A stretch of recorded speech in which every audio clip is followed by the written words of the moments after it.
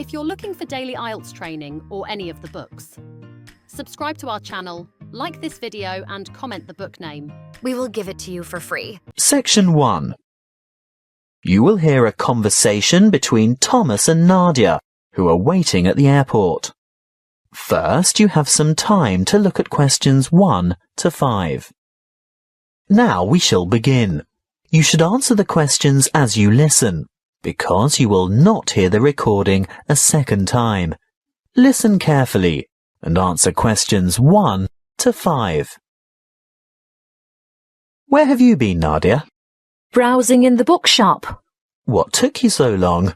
You said you were only going to be away 5 minutes. I was only gone for a quarter of an hour. Well, it seemed much longer than that. Did you buy anything?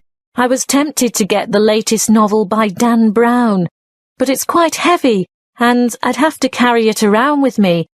If I could have found a crossword puzzle book, I'd have bought it. But in the end, I was attracted to a front-page article in today's issue of the New York Times. Is that all you bought then? Yes.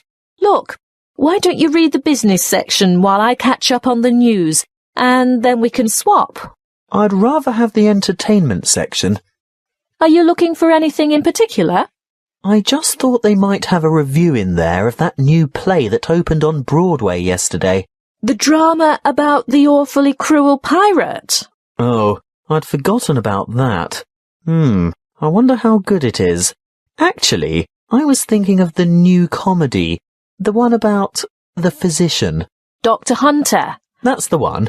Well, when I was in the bookshop, I overheard a couple talking about it, and they said it was fantastic, not in the least bit boring. They especially liked the actor who played the main part. Very smooth, apparently. Lots of fun, then. Well, according to those two, they thought it was hilarious. Ooh, we'll have to make a point of seeing it when we get back. Definitely. We didn't have time for breakfast and I'm hungry. Do you fancy a coffee and a muffin? Sounds like a good idea. And how will you have your coffee today? Long and black as usual? I think I might have something different this morning. What? You don't mean a flat white or some other milky one? Oh, I don't know.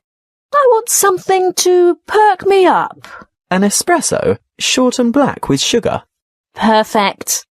Will that be with a chocolate muffin or a berry muffin? I'll try to stay off chocolate. The berry sounds healthier. And I'll have a plain one with butter. Won't be long. Before you hear the rest of the conversation, you have some time to look at questions 6 to 10.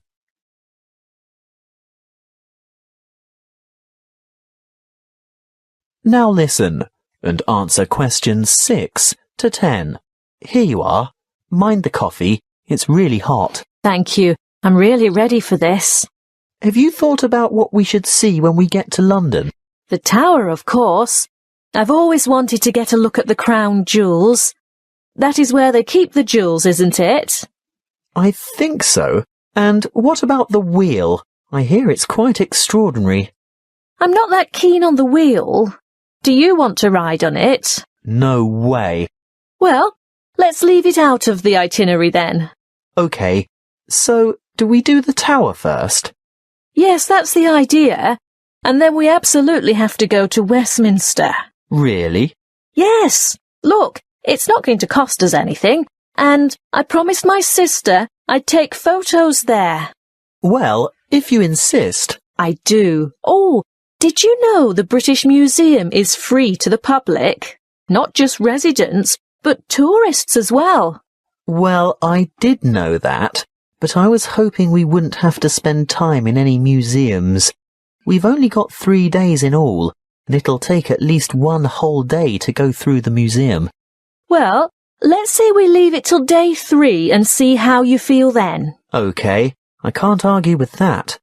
And Buckingham Palace? I suppose you've promised lots of photos of that as well, have you? Well, no, not really. But we can't say we've been to London and haven't seen the Queen's Palace. I guess not.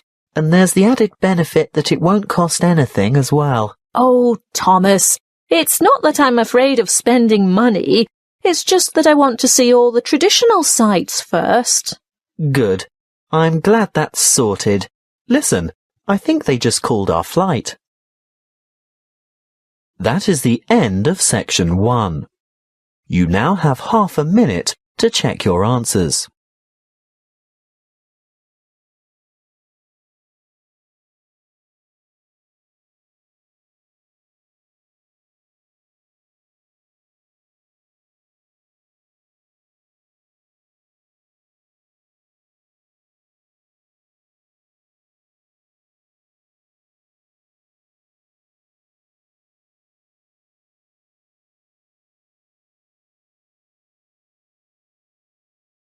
Now turn to section 2. Section 2. You will hear a tour guide talking to a group of visitors at a museum. First, you have some time to look at questions 11 to 15. Listen carefully and answer questions 11 to 15. Welcome to the museum. Before we go inside, I'd like to remind you of one or two things.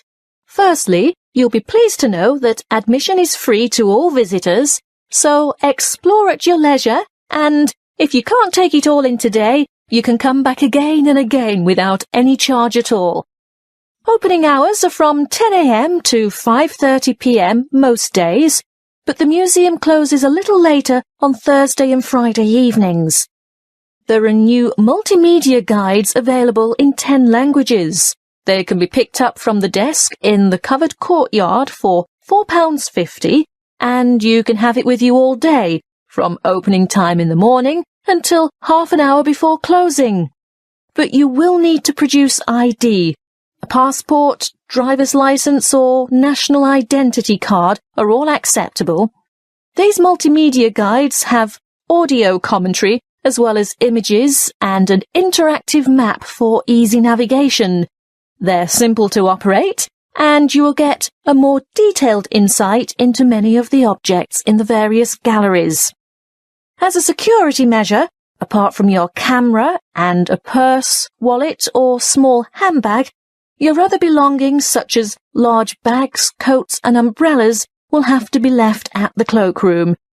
Please note that the museum has recently revised the regulations for the size of bags and parcels that it will accept in its cloakrooms. I think the maximum size is 40 by 40 by 50 centimetres with a maximum weight of 8 kilograms. The only exception to this is prams and pushchairs. There is a charge of £1 per item. The main cloakroom is to the left of the main entrance, and there is another one at the north entrance. It may seem obvious, but may I remind you also that you should set your mobile phone to silent or turn it off altogether while you are in the museum, and do not carry or consume any food or drink in the exhibition halls. If you are hungry, there is an excellent restaurant where you can purchase a light lunch or a full meal. If it's just a hot beverage you want, then I can recommend taking a break at the Gallery Cafe. Before you hear the rest of the talk, you have some time to look at questions 16 to 20.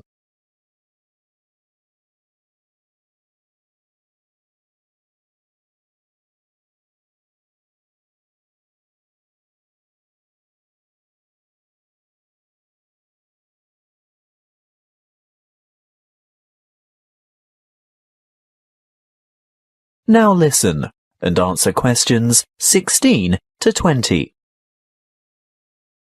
As we enter the museum from the south by going through the main entrance, as I said before, you'll find the cloakroom immediately on your left, and on your right is the museum shop.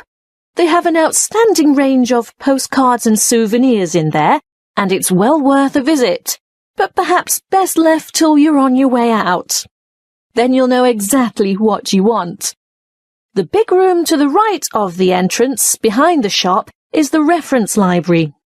Straight ahead of you, yes, the huge circular room is the main reading room. If you decide to go in there, Please keep noise to a minimum out of respect for the writers and scholars who use it for their research. The reading room is surrounded by what is known as the Great Court. Indeed, it used to be an open courtyard, but you will see that it is now completely covered by a magnificent glass and steel structure. If you walk around the Great Court in a clockwise direction, on the west side, you'll see the entrance to the Long Hall of Ancient Egypt, which has an amazing collection of Egyptian antiquities. The gallery behind the reading room, directly opposite the entrance, is devoted to China and Southeast Asia. Here you'll see Chinese civilization explored chronologically from the Neolithic period through to the 21st century. The restrooms for both men and women are located in the northeast corner of this floor, but don't worry, there are others available on the floors above. Another huge gallery extends along the eastern side of the courtyard, and this is given over to Greece and Rome. The sculptures in this section are absolutely spellbinding. Take your time looking at all the exhibits, and when you're ready to view what's on the next floor, take the magnificent marble staircase by the entrance. That is the end of section 2. You now have half a minute to check your answers.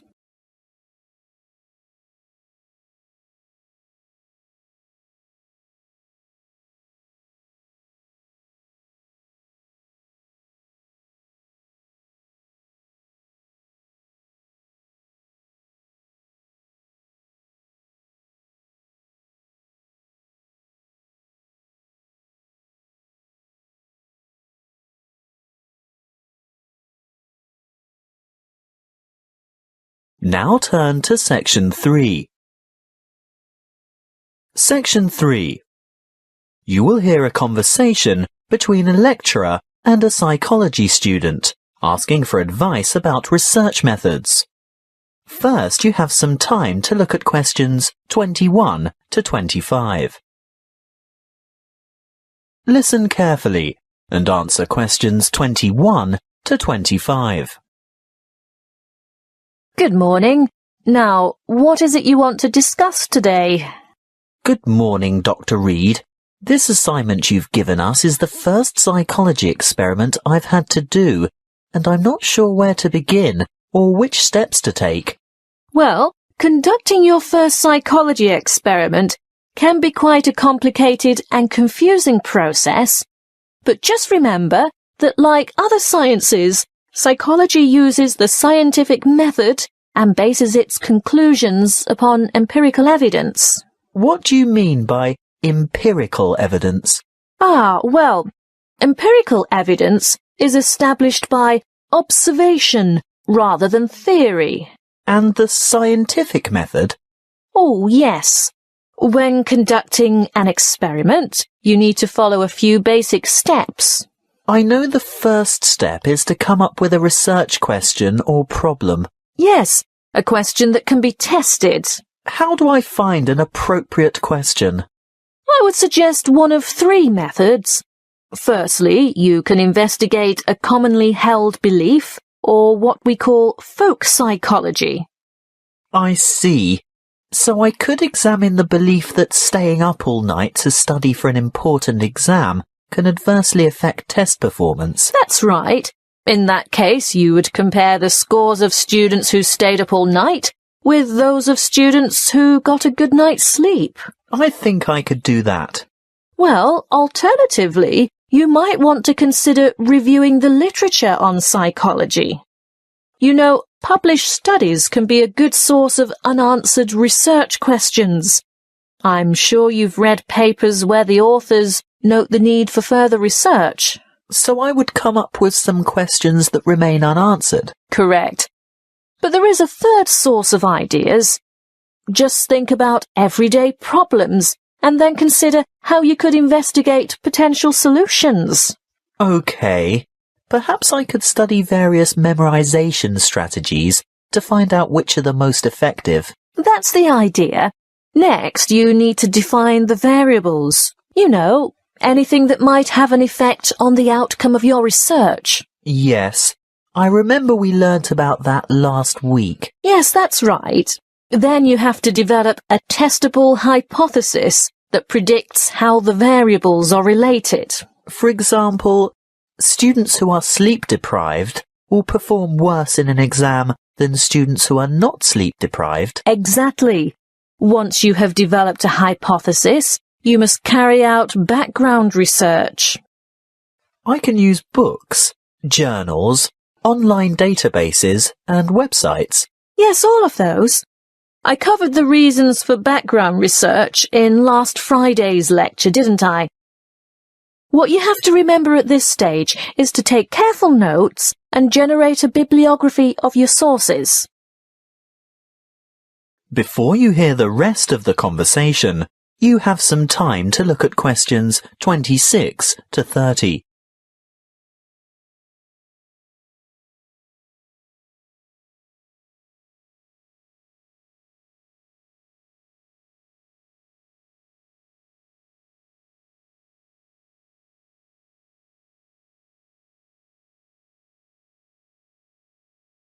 Now listen and answer questions 26 to 30. OK, I've got that. Then I'm ready to develop an experimental design. Well, again, you have a choice. There are 3 basic designs, and each has its own strengths and weaknesses. The pre-experimental design does not include a control group, so there is no comparison. What we call a quasi-experimental design does incorporate a control group, but there is no randomization, whereas a true experimental design has both control groups and random assignment to groups. You've also told us about standardization of procedures. Is this where that comes in? Being sure to compare apples to apples? Absolutely. Going back to your sleep deprivation example, the same exam would have to be given to each participant in the same way at the same time, etc. Got it. When selecting subjects, you need to consider different techniques. If you were to go through with your sleep deprivation experiment, you would need to ensure that your experimental and control groups were standardized. That is, all third-year accounting students, for instance. A simple random sample involves choosing a number of participants from a group of similar people. On the other hand, a different kind of study might involve a stratified random sample, where participants are randomly chosen from different subsets of the population. You mean subsets with distinctive characteristics, like age, gender, race, socioeconomic status, and so on? Precisely. Then the next step is to actually conduct the experiment and collect the data. Then I have to analyze the data. I'll be dealing with the statistical methods for analyzing data in next week's lecture. Oh, good.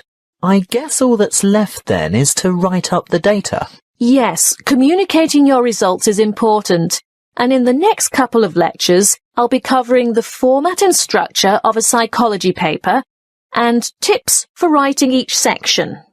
Thank you, Dr. Reed. I feel much more confident in getting started now. Thank you for taking the time to see me. That is the end of section 3. You now have half a minute to check your answers.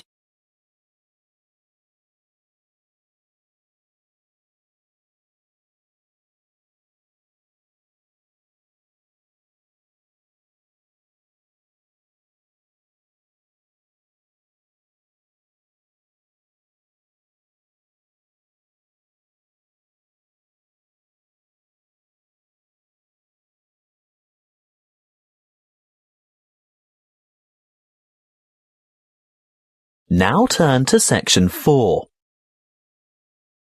Section 4. You will hear a lecture on the production and trade of rice. First, you have some time to look at questions 31 to 40. Listen carefully and answer questions 31 to 40. Good morning and welcome to our inaugural lecture on agricultural economics. Today's topic is the world's production and trade of rice. As you are all well aware, rice is the staple ingredient in the diet of much of the world's population. Its importance as a food cereal in the human diet cannot be underestimated. In fact, it's a close second to wheat. About 560 million metric tons of rice is grown each year, compared with about 600 million metric tons of wheat. Coarse grains, such as corn, sorghum, barley, oats, rye, and millet mostly go into animal feed, which, by the way, is seen by many as a wasteful and inefficient use of fertile land, because around 4 kilos of grain is needed to produce about half a kilo of beef. Some 900 million metric tons of coarse grains are grown annually worldwide, and a further 300 million metric tons of grain is produced for the oil in its seeds. Now, I'll return to the subject of rice production. What do we know about rice production? Well, firstly, rice produces more food energy per hectare than any other cereal grain, and almost as much protein per hectare as wheat. Secondly, the production of rice has more than doubled in the last 40 years. How has this increase in production come about? Mainly as a result of improved field yields. The actual land area planted in rice has only risen by about 30%. As you know, rice is primarily grown in flooded fields, and therefore cultivation area is restricted by the sort of soil and the availability of water. Although rice can be grown on dry land, it is essentially after all a type of grass. The yields and quality in this case are much lower and other grasses and weeds can easily overtake the rice. As yet there are no herbicides that can selectively kill other grass types without killing the rice. Much of the world's rice is still grown and cultivated by hand, because for mechanized farming, the land must be able to be drained and hold heavy equipment. Of the total rice production, it's no surprise to learn that the greatest proportion by far is grown and consumed in Asia. You will see from the chart that the leading producers of rice are China at around 39%, followed by India with a quarter of the total. Indonesia produces almost 1/10, and other countries like Bangladesh, Vietnam, Thailand, Japan and Brazil grow another 25, almost 26% of the total. As I said before, most rice is consumed in the countries where it is grown. That means that very little rice is actually traded, and for this reason, the market price is very volatile. That is the end of section 4.